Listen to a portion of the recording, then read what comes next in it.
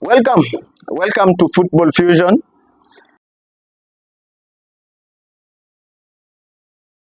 I'm your host Anto Meya. Official Mwangi. Make sure you follow me on all the platforms: Instagram, Facebook, Twitter. Quote any Official Mwangi. Subscribe to my YouTube here. I'll be dropping a lot of content there. Make sure you do the necessary. Yeah, I'm MC Tristan. Actually, I'm just at X. Yeah, you can follow me right there. So today we are going to predict the Premier League, as the Premier League is going to start today. Manchester United versus Fulham.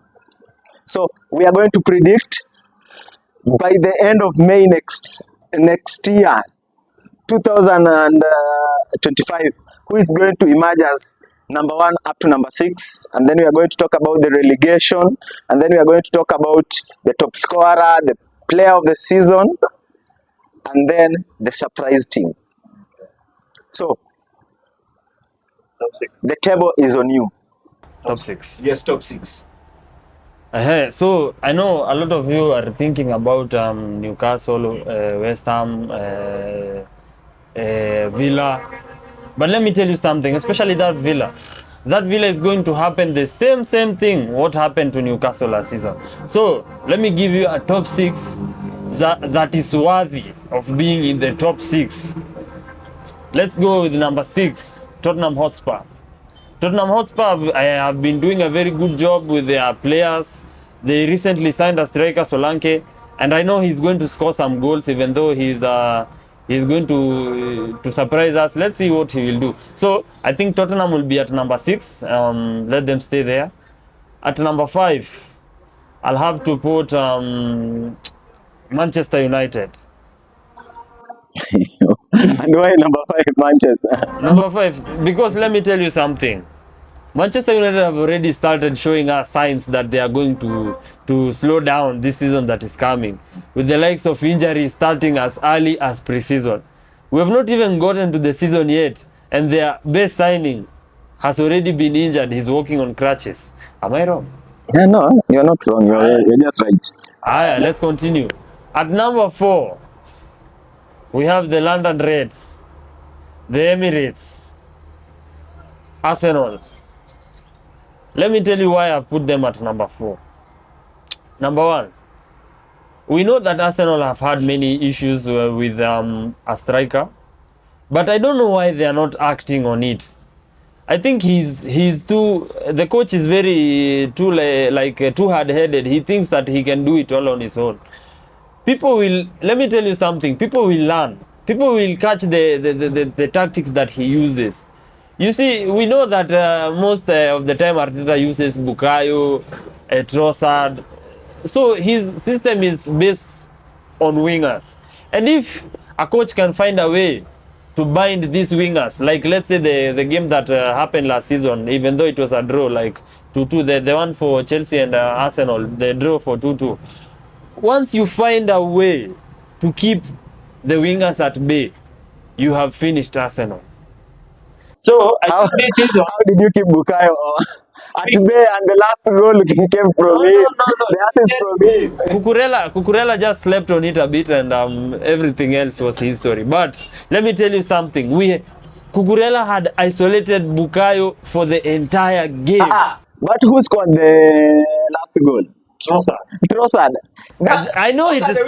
I know it is there. That's why I'm saying that if you find a way to keep the wingers at bay, you have completely destroyed Arsenal. Okay, it's fine. At number 3, I'm putting Liverpool FC. Liverpool FC, I think, are going to do a very good job. They're going to play under a new system, and I think it is going to favor them very much. Even though there are many changes there for Liverpool tactically, I know they are going to do very good.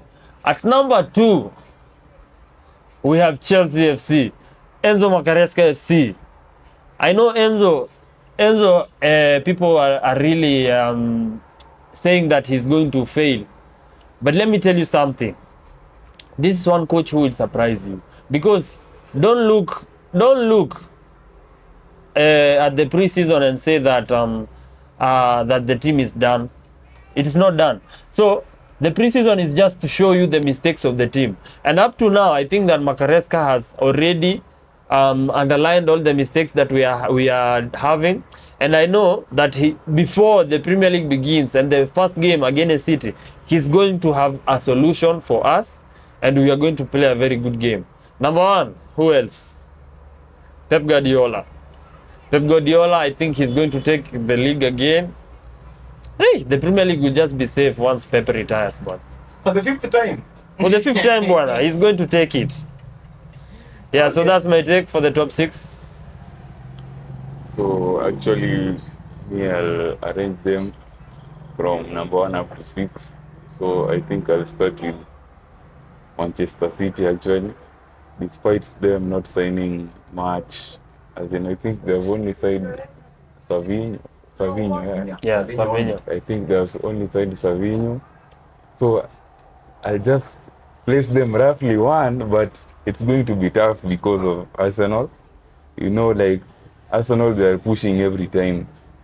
And you know, like, I think this now they are going for the 3rd time. Is it true? And Yeah. like you have seen the competition that Arsenal has been putting onto them, the pressure. Bottle FC. Yeah, so I think as for me, it's kind of tough between deciding number 1 and 2. Actually, I'm not going to go outside the box saying like Liverpool. Actually, now it's a 2-horse race. Actually, Arsenal or City.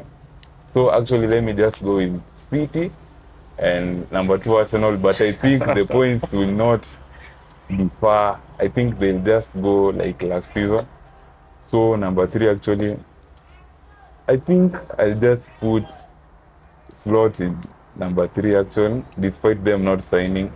I think they have a squad depth that can manage the Premier League. Number 4 actually, I'll go with Manchester United.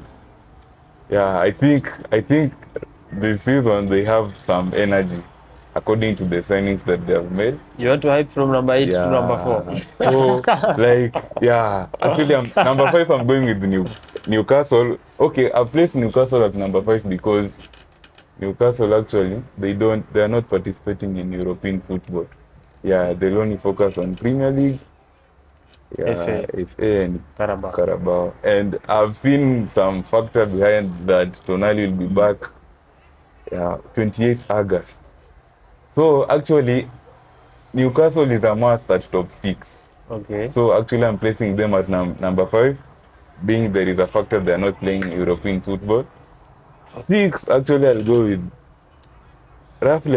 Tottenham, because actually Tottenham, as you saw last season, actually they were, I think they were number 1. Were they playing in European football? Tottenham. Yeah. They were in the Europa League. I don't Yeah. know. They were in the Europa League. Yeah. Oh, so actually, if they're in the Europa League, and you saw them, actually they were number 1, but they started bottling until they finished number? They finished number 4. 5. 5, yeah. It was 5. Yeah. So actually, that factor of them playing the Europa League now and the Premier League, actually, I don't think they have a squad depth like to finish top 4. If last season actually they bottled like that. So I'm placing them at number 6. Yeah, that's my take. Okay, even me, I will begin from 1 to 6. So, number 1, it is not being biased that because I'm an Arsenal fan, but I believe this year is going to be for Arsenal because of, again, this is the last year of Pep, and then Pep has not signed a lot of players, and already his squad has started getting a little bit of injuries because Oscar Bob has got an injury. So I believe Arsenal is going to become number 1, and then Man City at number 2. And the difference is not going to be that much in terms of points. And then I'm a little bit divided between Manchester United and Liverpool. But Liverpool, they might be having depth, but the problem with Liverpool is, one, Pre-season, their best player was Cavallo, and you have already sold him to Brentford. So I believe you might end up dropping a little bit of points. So you might become number 3, and then Manchester United to finish at 4. If they will sign if they will sign a defensive midfield. Because I believe Casemiro Premier League has become a headache on his life. It is very hard. The football has The football has left him. And that was Manchester United's fault. And again,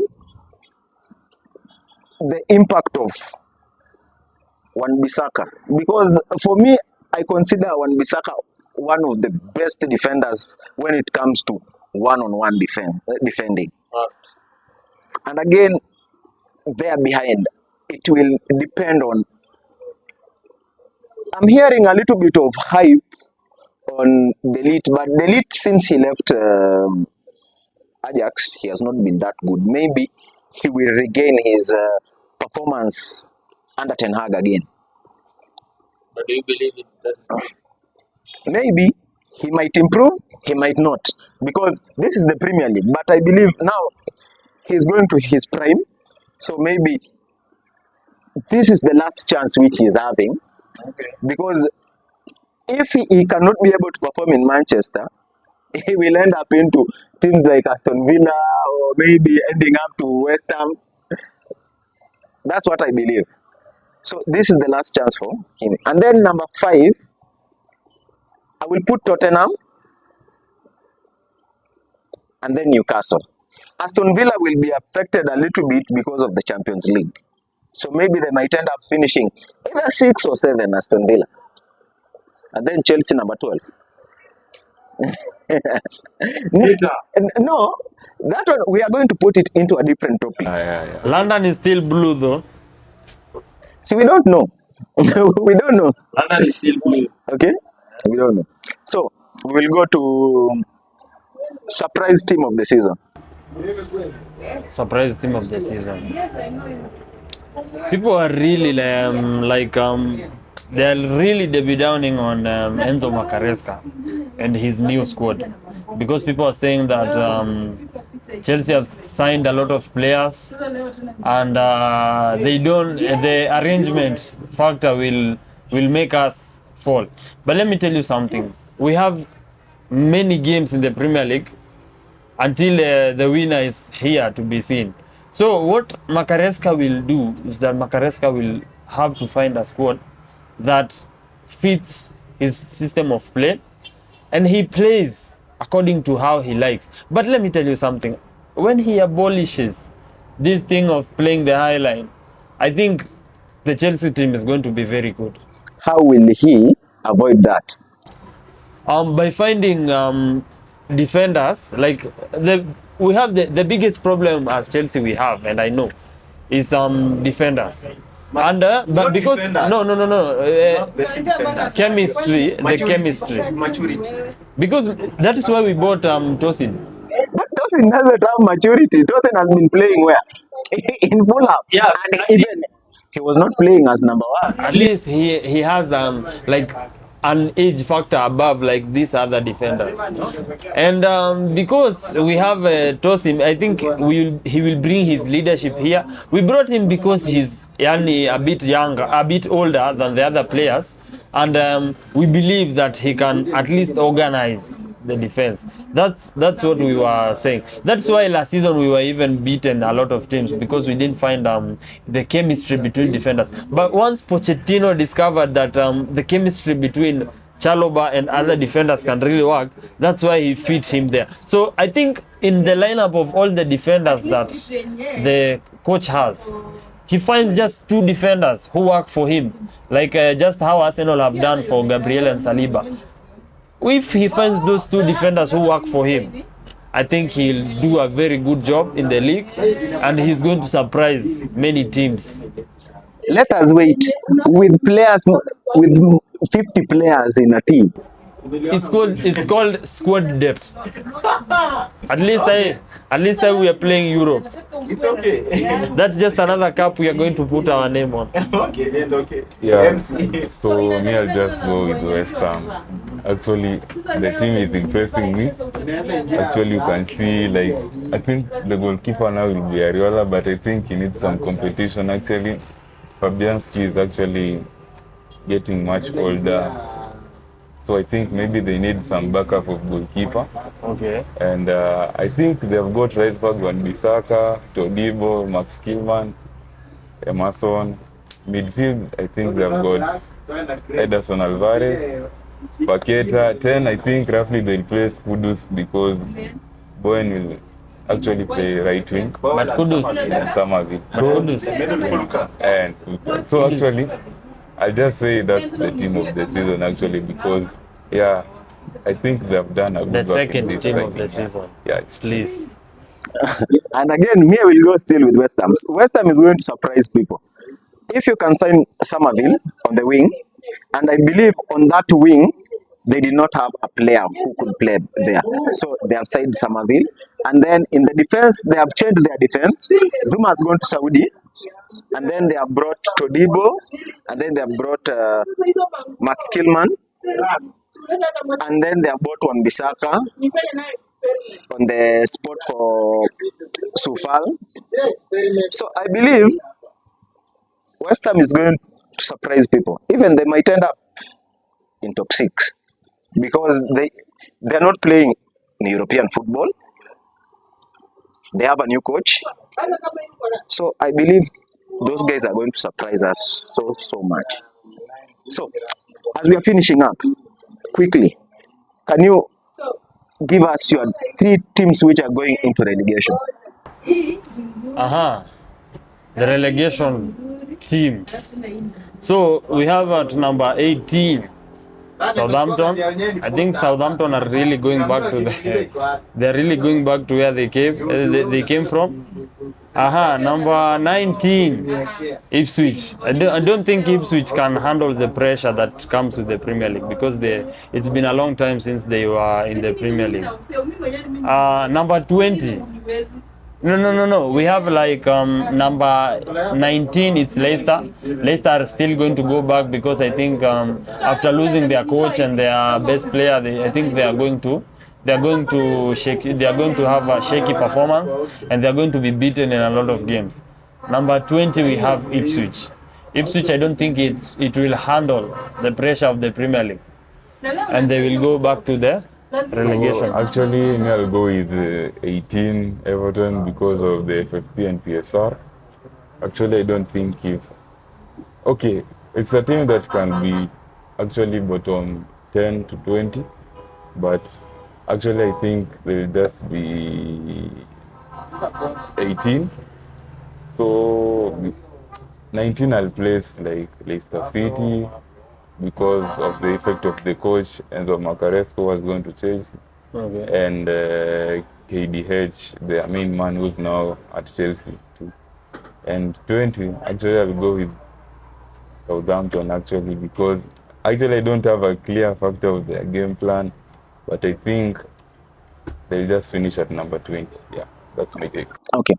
My 3, number 18, I will go with Everton and Leicester. Everton 18, 19 Leicester, and then finishing with Ipswich. The reason why I will go with Everton and Leicester because of FFP, and Everton, they have sold most of their key players, and I don't believe if they have replaced Onana there in the midfield. And then Ipswich, they have spent a lot of time in the Championship and League One. So I believe those ones are the things which are going to affect those teams. So with that, please don't forget to subscribe, follow us, all of us. Our links, our handles are down here. And then don't forget to like and leave your comment down. You tell us who do you think is going to win the Premier League, who is going to the relegation, and the surprise team. With that, peace out. See you in the next episode.